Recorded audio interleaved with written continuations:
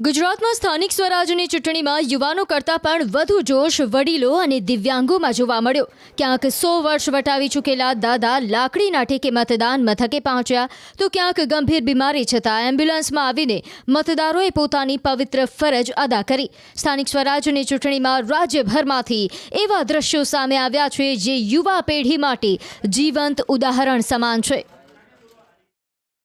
સૌથી વધુ આશ્ચર્ય પમાડે એવા દ્રશ્યો જૂનાગઢમાંથી સામે આવ્યા। બિલખામાં મોટી સંખ્યામાં યુવાનો, વૃદ્ધો અને મહિલાઓએ મતદાન કર્યું। એમાં પણ 110 વર્ષના દાદા ડગમગતા પગલે મતદાન કેન્દ્ર સુધી પહોંચ્યા અને મતદાન કર્યું। વૃદ્ધ દાદા ભૂરાભાઈનું કહેવું છે કે તેઓ રાજાશાહીના સમયથી લોકશાહીની પ્રક્રિયામાં ભાગ લેતા આવ્યા છે।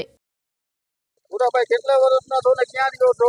110 વર્ષ ઇન્દ્રા અમારું અહીંયા બિલખામાં આ મત દીધો। મતદાન તો મારા બાપા નોકરી કરતા ને રાજાશાહીમાં નથી કરતો। તો પાટણના સમી તાલુકાના દાઉદપુરા ગામના 108 વર્ષના અણદા ખેંગાર નાડોદાએ પણ મતદાન કરીને નાગરિક તરીકે પોતાની ફરજ અદા કરી। વૃદ્ધાવસ્થામાં પણ તેમની જાગૃત અભિગમ એ સૌ માટે પ્રેરણારૂપ। ગીર સોમનાથના કોડીનારના ગોહિલખાણ ગામે 100 વર્ષના માજીએ મતાધિકારનો ઉપયોગ કર્યો। 100 વર્ષની ઉંમર વટાવ્યા બાદ પણ આ વડીલોનો જુસ્સો યુવાનોને શરમાવે તેવો છે। તો અમદાવાદમાં 86 વર્ષના શંકરભાઈ ઠક્કરે પણ અશક્ત હોવા છતાં લાઇનમાં ઊભા રહીને પોતાનો કિંમતી મત આપ્યો। વોકરના સહારે શંકરભાઈ મતદાન મથક પહોંચ્યા અને લોકોને ફરજિયાત મતદાન કરવાનો સંદેશ આપ્યો। મતદાન કર્યું છે અને મતદાન દરેકે 100 વર્ષની ઉંમર સુધી પણ કરવું પડે ને જાતે આવવું પડે। ગવર્મેન્ટને તકલીફ ના અપાય। કોઈ મતદાન ના અપાવે એ સારું નથી। મતદાન બહુ જરૂરી ચીજ છે।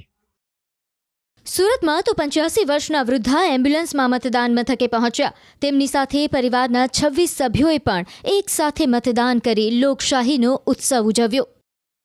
લોકશાહીનો પર્વ છે અને લોકશાહીના પર્વમાં લોકો મતદાન કરવા માટે એમ્બ્યુલન્સમાં પહોંચી રહ્યા છે। ત્યારે ઢોબરિયા પરિવારના એક 85 વર્ષની મહિલા છે કે જે મતદાન કરવા માટે પરિવાર સાથે પહોંચ્યા છે અને આ પરિવારમાં 1 2 નહીં પણ 30 સભ્યો છે। માજી સાથે પરિવારના 30 સભ્યો પહોંચ્યા છે મતદાન કરવા માટે।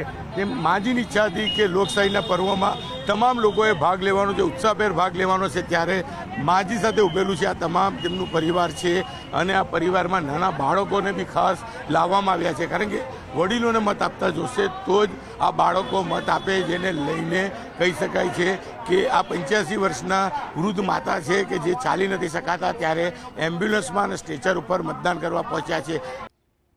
લોકશાહીના આ ઉત્સવમાં પોલીસ તંત્રનો પણ મહત્વનો સહયોગ જોવા મળ્યો। પાટણના રાધનપુરના સિનાડા ગામે પોલીસ કર્મીઓ વૃદ્ધો અને વિકલાંગોને તેડીને મતદાન મથક સુધી લઈ ગયા।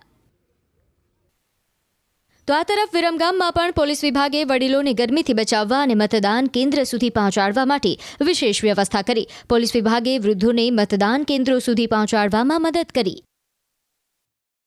શારીરિક અશક્તતા પણ આ મતદારોનો માર્ગ રોકી શકી નથી। રાજકોટના સોનલબેન વ્હીલચેર પર બેસીને મતદાન કરવા પહોંચ્યા હતા।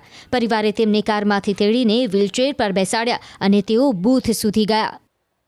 બેન છે તે અશક્ત હોવા છતાં પણ તેઓ અત્યારે મતદાન કરવા માટે પહોંચ્યા હતા। જે સવારમાં પહેલું મતદાન છે તેમણે કર્યું છે, વ્હીલચેર ઉપર બેસીને મતદાન કર્યું છે।